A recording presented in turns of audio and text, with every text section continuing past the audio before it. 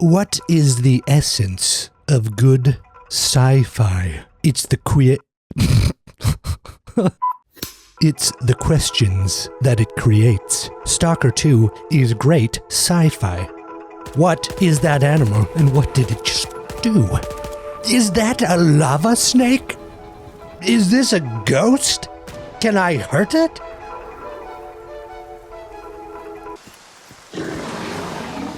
What on earth is that sound?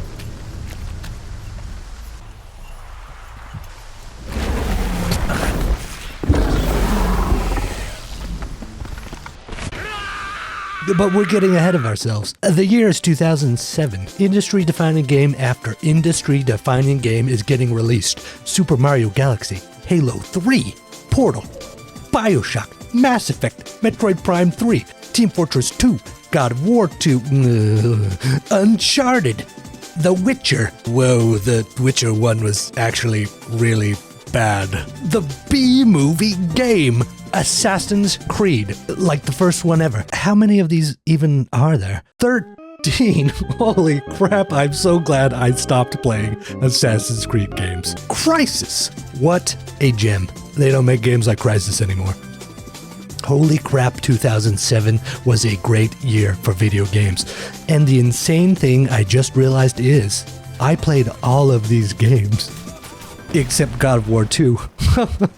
Because this guy is stinky. But this guy is amazing. And then there was this crazy little freaky game that same year. STALKER Shadow of Chernobyl. STALKER was made by a Ukrainian studio founded by this guy. I don't know how to pronounce that. Сергій Костянтинович Григорович. A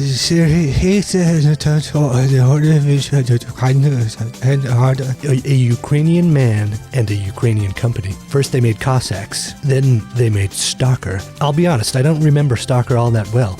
Here are the things I remember. An extreme amount of looking at this menu. What did that guy just say?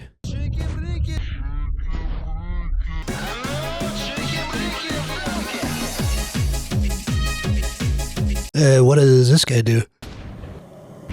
Whoa! Holy crap, this was insane to my teenage brain. That enemy just grappled my FOV. That was incredible. This really had a huge impact on me. When I heard they were doing a STALKER 2, I was like, cheeky breaky. Then I proceeded to forget about it for the next 4 years. But then STALKER 2 came out.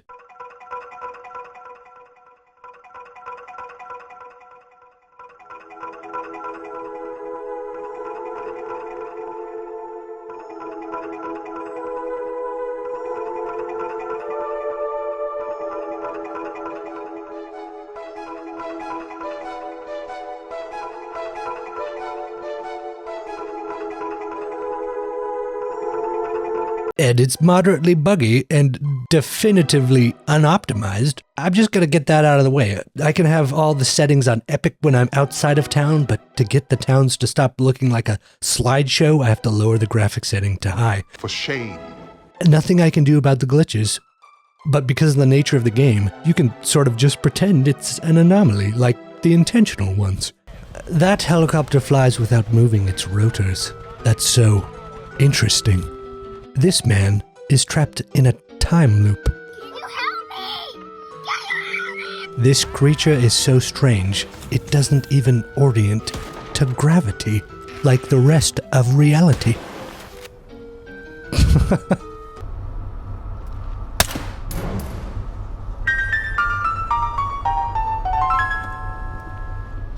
Quick aside, if you're having a fun time with this video, I would love it if you could take a second to like and comment. It honestly is the only chance I have to get any traction on any video. Here's a picture of what my impressions look like. That's how many people YouTube shows my video to. YouTube gives it a few days, then you can see what happens. It locks the video up and throws away the key. Right to jail, right away. You right to jail. No more impressions. The only way to convince the algorithm to give it more of a shot is if the video gets likes and comments. Sorry for the long rant, it just literally is the difference between if a video gets to succeed or fails. So thanks for watching my video. Oh my heck, I can't believe I'm begging for likes and comments. I'm a real YouTuber. Like I said in one of my previous videos, I'm grateful for patches. Patches are a chance for a committed studio to fix mistakes in their games. Like Starfield. They could, you know, patch the game into being a whole new game, not made on Creation Engine 2, and not worse than Skyrim. That's an option open to Bethesda. Stalker 2 is what I wanted out of Starfield. When I look at the map in Stalker 2, I want to go to everything. I just want to go forth, and going forth is rewarding. Spontaneous side quests, emergent scenarios, things to look at and things to find. Get a bag full of guns you took off of corpses, or save your pack exclusively for enough ammo to kill the next mutant, and the rest of the space is reserved for artifacts, mystic mementos summoned from the storm, and sausages. Look, I found a sausage on the floor of this prison. Delicious. Tasty. Maybe there's some more sausages in this box.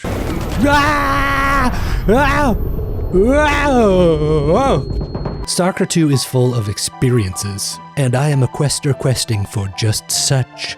If looking at this hole doesn't make you want to go in there, you're playing the wrong game. No, please don't kill me. I'm playing the wrong game. Stalker 2 takes place in a small 64 square kilometer chunk of Ukraine, and it's full of interest and events. Starfield is an entire universe of planets that feels more empty than a promise from a politician.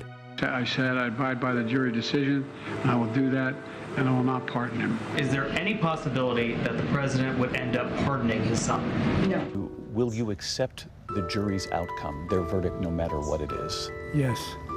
And have you ruled out a pardon for your son? Yes. Will he pardon his son? No. The president issuing a full and unconditional pardon to his son Hunter. Stalker 2 is good for the same reason that Skyrim is good. Small area that is chock full of things, and it constantly surprised me. They wouldn't put loot in this septic tank, would they? Only one way to find out. Aha, someone did hide their loot in this septic tank.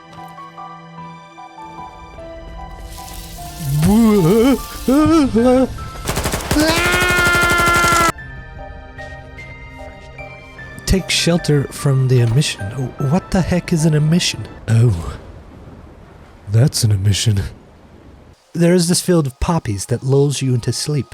Then you just never wake up. Is this worth trying to get loot from? If you think it is, you have to chug energy drinks while you're running around having hallucinations. Now you have to hope the energy drinks don't make your heart explode as you try and stop yourself from sleeping to death. Unlike Skyrim, Stalker 2 frequently has interesting and totally emergent scenarios. These guys are chasing me, but I remembered that the freaky diffusion dog is somewhere over here. Now they can kill each other. I just drank some vodka to combat the radiation buildup in my body. My vision is wacky, and now I'm hearing demonic pig noises outside the building. And it holds true to the experience it's trying to present. Your guns wear down and start jamming. You might think, why would your gun jamming be a good thing? Isn't that frustrating? Yes, it is frustrating. But it's true to this tale of a backwards, self-serving ragtag bunch of bandits and adventurers questing through irradiated ruins to find scientifically unexplainable objects that they can sell for money. These are not high-caliber people. And this is not high-caliber equipment. The desperation that comes from a gun jamming in a fight was worth every ounce of frustration. Not being able to see at night usually annoys me. But when I'm hunkered down in this swamp tower, surrounded by guys who are shooting through the tower walls, it adds to my anxiety and heightens my tension. The fact that I'm trying to raid the stash and didn't even consider the possibility that it might belong to these guys standing right next to it, and now they're shooting me, that makes me actually think about the game and its scenario, instead of just taking everything I can see. And the game keeps tempting you to just be selfish and take for yourself. Sometimes that'll let you get ahead, and sometimes it will make people hate you and shoot you to death. I'm supposed to deposit vodka in these stashes, but it's a stash full of relics and a detector I don't have yet. Sometimes in order to right a wrong, you have to do a wrong right. Gandhi said that. This freaky section of Ukraine surrounding Chernobyl is a cauldron of chaos, and the game always reminds you of that fact. I'm fighting a pack of mutant dogs that are on fire, while bandits throw grenades at both of us, and a spontaneous gas geyser blocks me from escaping. I helped this guy retrieve his brother's corpse from the center of these implosion spheres. May he rest in peace. And I did not loot his brother's body. 2 minutes later, he's helping me kill the predator beast that's chasing me through this unholy minefield. I mean, maybe it's not exactly true to its setting when playing it in English. If not for you, another secret would have been lost to S.T.A.L.K.E.R and the ward. Why is this American in the backwoods of Ukraine? You think those goons were brought down here by the emission? Jornik lost a wad of cash playing cards and garbage. Where did this Scottish guy come from? But let's just ignore that. I love the ambiguity of these desperate desperados. Look, why take that icon to Zalicia? Give it to me, and I'll give you a gun. Maybe this guy's right. I was commissioned to get this painting for someone else, but maybe I should just give it to him and take a gun. Here's the icon. Smart move. You're a born stalker, I can tell. The zone is for folks who can put their own interests above those of others. But then I run into some thugs roughing up a guy to get the location of his stash. They say they'll split the stash with me if I find it. I've got a better idea. You pack up and leave, and I don't hurt you. Another guy who don't see reason. Looks like we've got to teach this one a lesson too.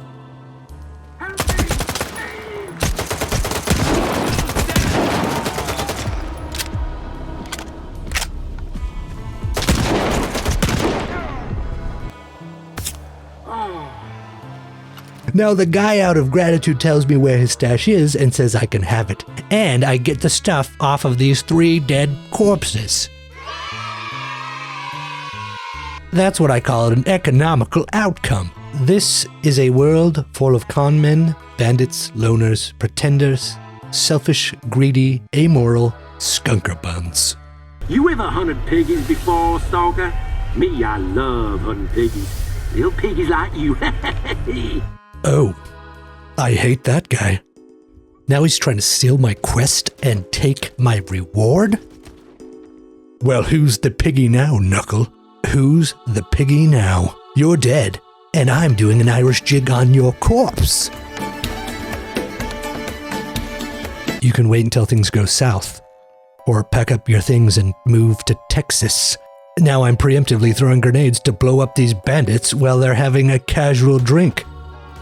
Where is the line between them and I? The guns jamming, the choices presented to you, the dilapidated ruins, the intense need to unload every bullet out of every gun.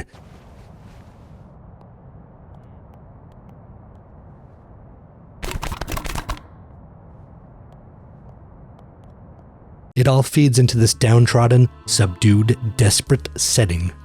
It's frankly excellent. This guy set me up, but now I'm working with his original mark to set him up. It's Han Solo shot first. A spoiler for Starfield, but this tiny little throwaway event choice in a random broken down house induced more mental anguish than literally choosing which one of your major important companions died in Starfield. What did you do to Mastiff? He was wounded. Badly. He didn't stand a chance without my help. I took him here and treated his wounds. He says that Monolith's prick's about to turn Mastiff into a zombie. Well, that ain't gonna happen.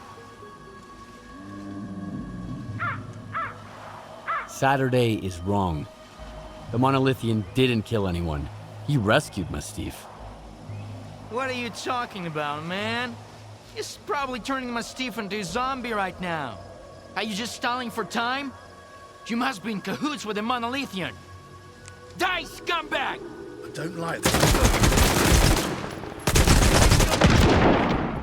Plus, in Starfield, in this highly emotional moment when one of your companions is dying and you picked who it was, this glitch happened. Andrasia? Andrasia. It's Sarah.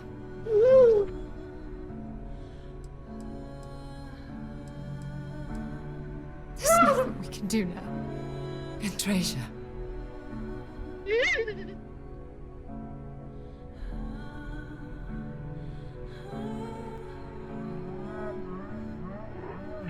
Can't change anything now. Come on. I certainly think STALKER 2 is a better game than Starfield.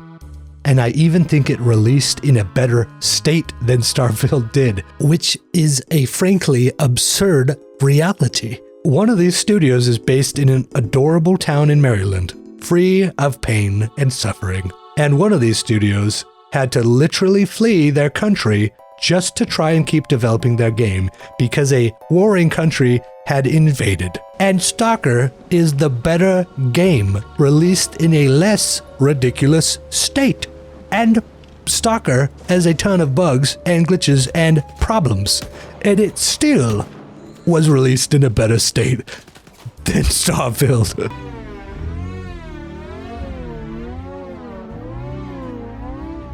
STALKER 2 is good, and what it honestly does best in class is the sound design. Huddling in a building with other stalkers as an emission happens outside.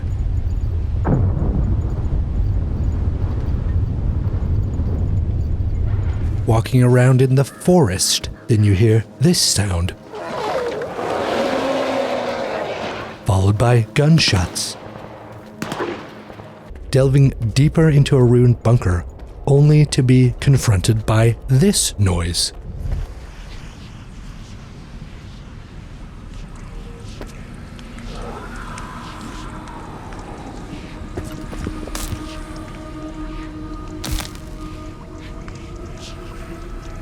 Looking at your map or inventory doesn't pause the game.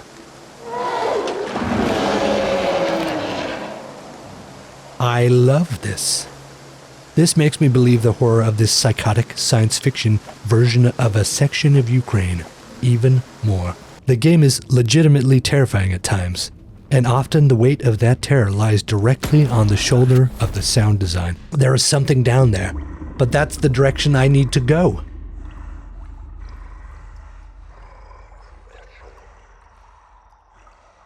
Now I'm scrambling through this muck, and this abomination psychically throws my gun out of my hands.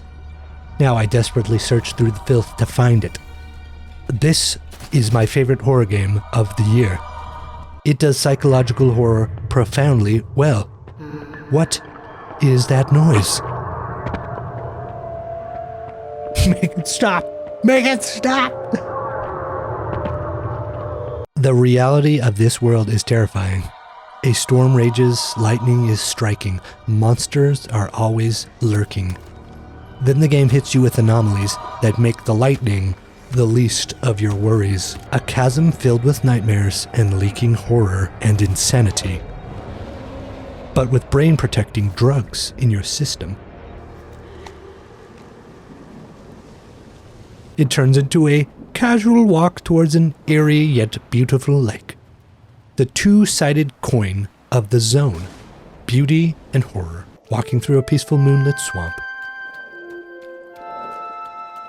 Trying not to poo your pants because you can't see what is making that horrifying noise that continuously surrounds you. This green color of the sky never stopped intriguing me. This green sludge never stopped perturbing me. The sunrise orange. The mutilated skin orange. Not once in all of Starfield was I impressed by the atmosphere or ambiance. Walk outside for 10 seconds in STALKER 2 and the ambiance will infuse you. Stalker 2 is a win. It's got some glitches and issues. Maybe give it a few months and buy a new PC for the optimal experience. But if you are a fan of this sort of sci-fi, which I unreservedly am, Stalker is on Game Pass.